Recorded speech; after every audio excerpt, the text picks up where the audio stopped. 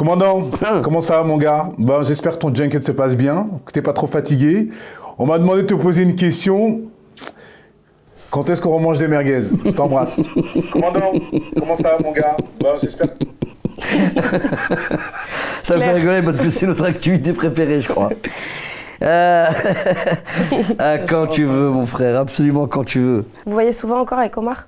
On se voit quand on peut. Il a une vie tellement grisante et moi avec. On va dans tous les sens. Il est à l'autre bout du monde et quand il vient sur Paris, on essaie de se croiser. C'est de plus en plus compliqué. Mais c'est resté intact. On a toujours en tout cas moi, toujours la même admiration, le même amour pour lui.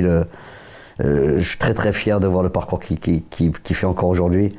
Et quand je vois d'où c'est parti, ça me fait sourire et ça me touche. Tu sais comment c'est parti? C'est parti sur un match de foot. C'est parti sur Votre un match rencontre? de foot. Ouais. Enfin, il était copain avec mon petit frère, plutôt.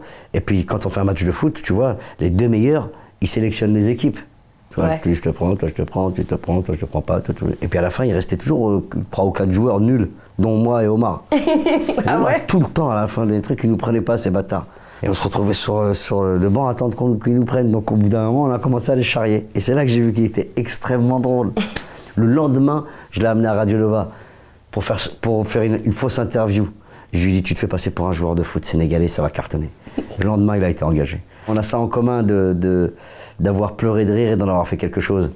Et évidemment qu'on se retrouvera toujours autour d'une merguez, d'un barbecue, parce que ça nous rappelle Trappes, ça nous rappelle notre enfance.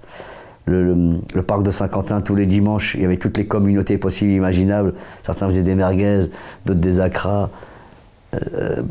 Pour autant, on était tous ensemble. Et c'est vrai que Trappes, c'est un socle commun très très fort entre nous. Notre enfance, ça nous a forgés.